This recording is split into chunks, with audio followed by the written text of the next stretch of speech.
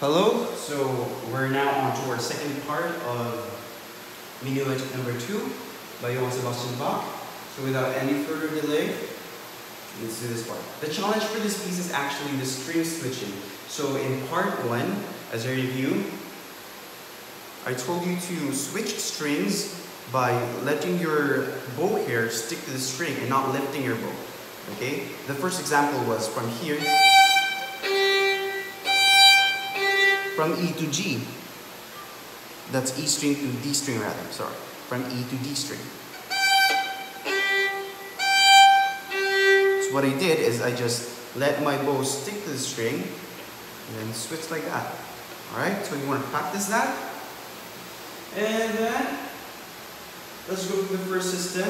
So in this second part, we have 1, 2, 3, 4, 5, 6 systems. So this one's pretty long. But you don't want to play this fast because in the beginning of the piece, you see it's andantino. Andantino in Latin terms or in musical terms means slowly or in a slow-paced manner. Alright? So let's go to the first system. It goes something like this.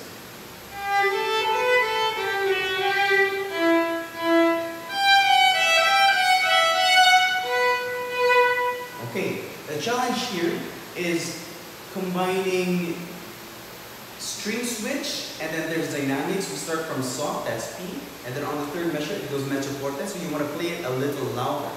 Now, on the second measure, you can see two finger number 1s on D string, and that's a slur, so you want to play that on up bow. So it's down, up, down, up, down, up, down, up. So you want to divide your bow again into halves. Okay, you don't want to waste your bow. Okay, you want to leave some space. You want to leave some bow so that you can play the other one equally. Alright? And then on the third measure, we go mezzo forte and it's on the E string. And then finger number 1 on the fourth measure. And then finger number 1 on A string. With a slur. So you want to divide your bow once again. So that's 1 on E and then 1 on A.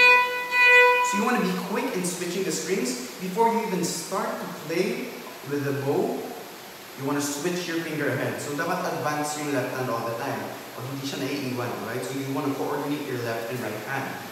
And then the next part, on the second system, it goes something with the same phrase but different notes. It goes like,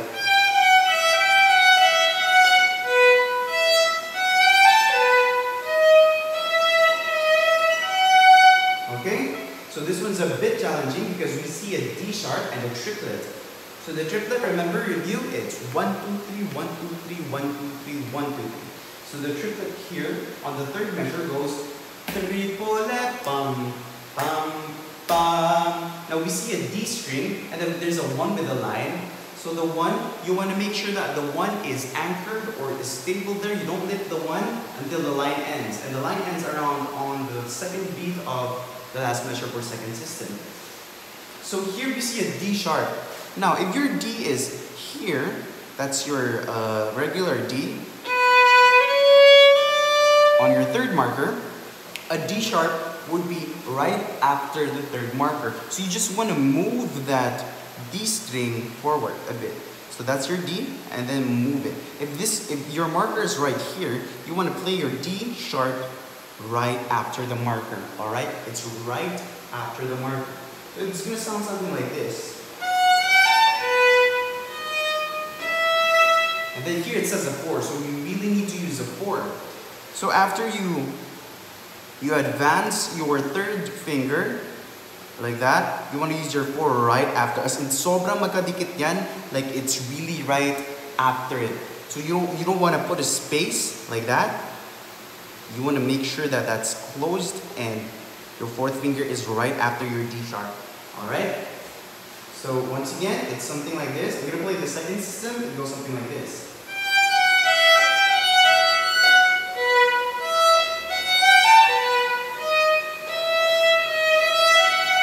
Now, on the last measure, it goes something like this. And then open string, E. Okay? So it's no longer fourth finger on that. So you want to practice that slowly. You want to make sure you're playing the right notes one by one. Now moving on, that's pretty simple. You can learn that on your own. Here on the fourth system, it says piano once again. So you want to try, it says slur here, but there's no staccato. So it goes something like this. That's open strings A and B, and then staccato E. So it's down, down, up, and then second bar is down, down, up. So it goes something like this. You want to observe?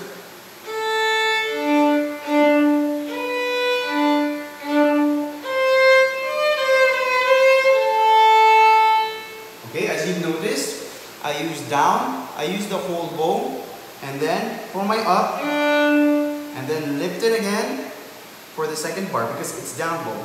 You don't want to start your down bow here and you have a slur. You're going to run out of bow. So I'm going to play it again, observe my bow, alright? It goes something like this.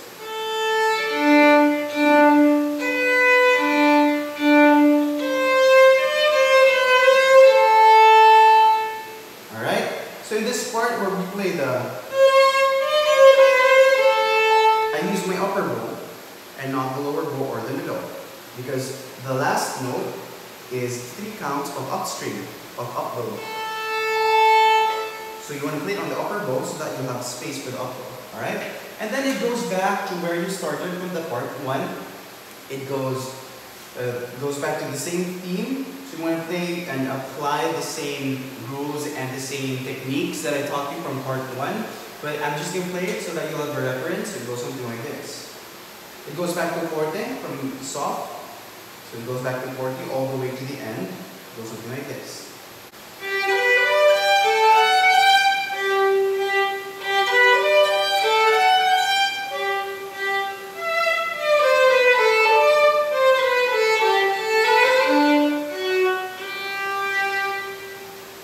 Okay? So you want to apply those stuff, do it slowly. If you don't kind of understand or get the feel, you want to just keep listening to how I played it. If you don't get the explanation, and kind of just get the feel of the whole piece. So I divided this piece into 2 videos. So that means you want to divide your practice also into 2 parts. That's the first part with the repeat sign. Repeat sign means, again, as a review, you want to play it again from the beginning.